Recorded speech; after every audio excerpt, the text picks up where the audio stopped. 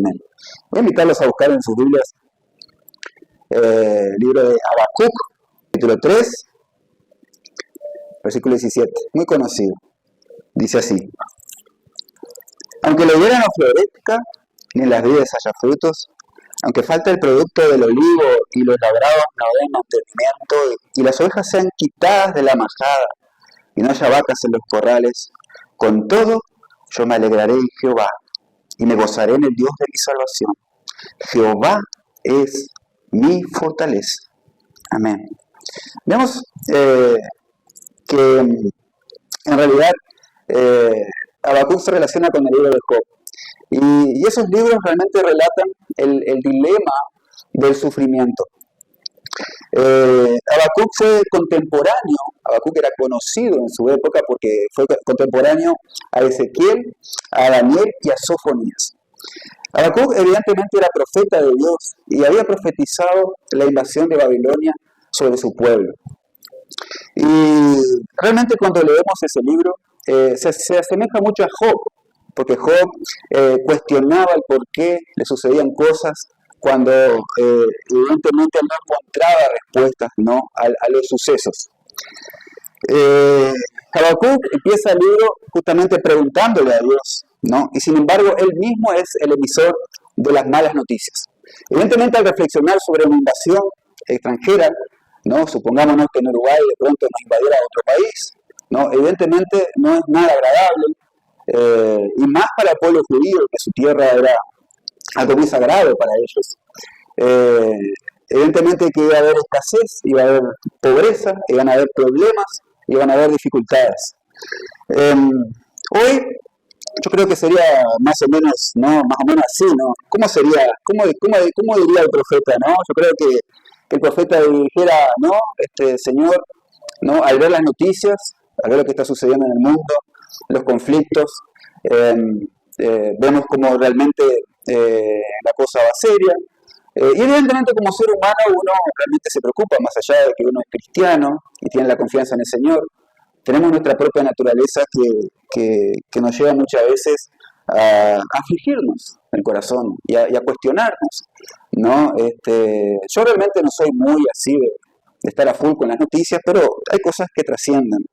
Vemos, por ejemplo, noticias como lo que está pasando en Medio Oriente, que Irán amenazó, ¿no?, con cerrar el estrecho de Hormuz, que es un canal donde pasa más del 20% del petróleo del mundo. Una vez que cierre eso, evidentemente eso va a traer efectos económicos a gran escala a nivel mundial. Todo depende del petróleo. Sube el combustible, sube el pan, sube la leche. Y ya venimos guerreados en lo económico y decimos, no me va a alcanzar. Nos preocupamos. Y escuchamos analistas que dicen, viene crisis, prepárense. Por la Biblia sabemos que los tiempos son difíciles. No sabemos cuándo vuelve Cristo, pero evidentemente estamos más cerca que el día que se fue.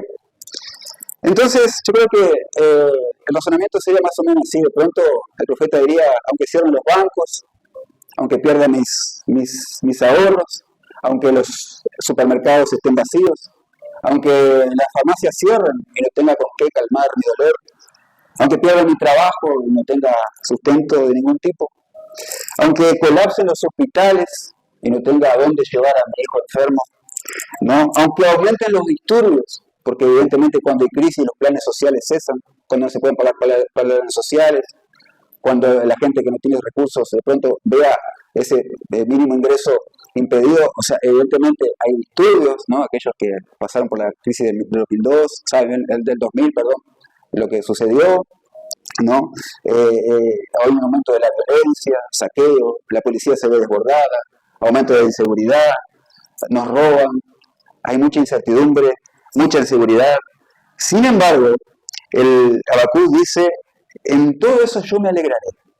Y ¿cómo contrasta este mensaje con la doctrina de la prosperidad, con el mensaje de la prosperidad? Porque ¿qué pasa? Hoy en día se hace mucho énfasis en el hombre, en lo que tú puedes lograr. Eres el Dios victorioso, el Dios de Dios, el Dios te bendice, Dios te prospera. Pero acá vemos claramente que tanto Job como Habacuc, profetas del Señor, estaban en un momento de lucha y decía, y reflexionaba, aunque todo el sustento económico colapse, porque evidentemente el pueblo judío dependía de la agricultura, de la ganadería, ¿no? de los olivos, él decía, no, él reflexionaba, aunque no haya carne, aunque no haya aceite, ¿no? Y aunque no haya vacas en los corrales, ¿no? Evidentemente habla de una hambruna. En todo yo me gozaré en Dios. Y esa palabra me gozaré en el original dice saltar de alegría. También se puede interpretar de esa forma. La justicia había desaparecido de la tierra, la violencia y la impiedad se encontraban por todos lados, existiendo sin freno, igual que hoy. Cuando vemos a nuestro alrededor, vemos una cultura realmente degradada, ¿no? Sin rumbo, los valores invertidos, el hombre ya no sabe cómo ser hombre, la mujer no sabe cómo ser mujer, ya todo está dado de vuelta, todo depende de la percepción de la persona, ¿no? Y Habacuc, al igual que Job, se da cuenta de que Dios no debía ser adorado por las bendiciones pasajeras, sino que Dios debía ser adorado por lo que Él es. Nos hace falta edificar un concepto de la persona de Dios y su soberanía, que la fe no esté puesta en nosotros, sino en aquel que es soberano para hacer lo que a Él le place hacer.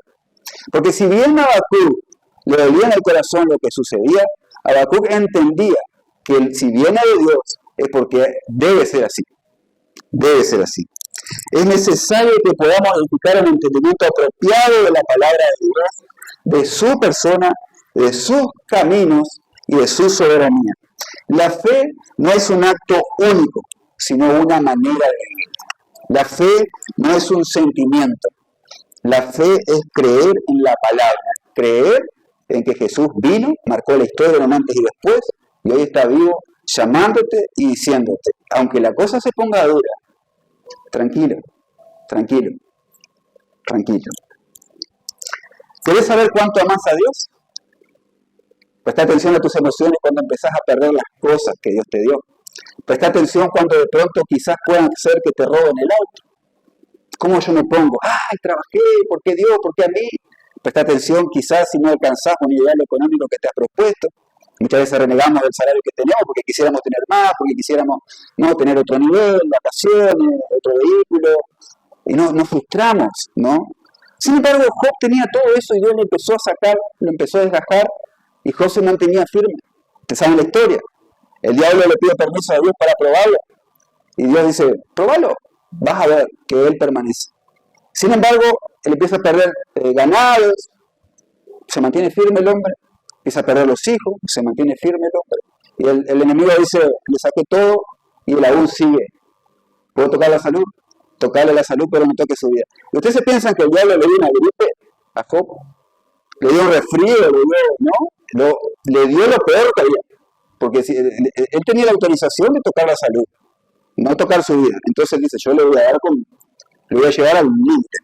Y sabemos la historia, ¿no? Cómo quedó su piel, cómo él estaba en la tierra, y cómo vienen los amigos, entre comillas, a cuestionarse y decirle, Job, ¿acaso no habrás pecado? Y a veces nos cuestionamos como seres humanos, ¿no? Alguien que tiene una enfermedad terminal, no un cáncer, algo, ¿estarás orando? O sea, ¿estás mal vos? No. Tanto el libro como Job, como el libro de Habacuc, nos enseñan que las cosas malas le pasan a la gente buena, que las cosas malas le pasan a los hombres de Dios. Y en el libro de Job siempre hacemos hincapié que cuando termina el libro de Job, él dice, antes te conocía de vida, ahora te conozco tal cual eres. Entonces el sufrimiento tiene un sentido trascendental en la vida del cristiano. El sufrimiento nos permite conocer a Dios, porque ¿cuándo buscamos más a Dios? ¿Cuando estamos mal o cuando estamos bien? Claro, o sea, estamos bien, buscamos a Dios, pero cuando estamos mal, cuando estamos contra las cuerdas y no me queda nada, no, mucha gente evidentemente que sin fe busca quitarse la vida, ¿no? Por eso muchas veces los ateos dicen, ustedes los cristianos se hacen un Dios imaginario porque no soportan la dificultad, y en cierta medida sí tienen razón, porque yo no sé cómo hacen, sino con Dios es difícil. Entonces evidentemente cuando no tenemos a nada más que a Dios, evidentemente nuestra fe se fortalece en Él. Por eso a veces Dios usa esas situaciones para que podamos crecer. Y Job dice en el capítulo 13, versículo 15, aunque Él me matare, en Él confiaré.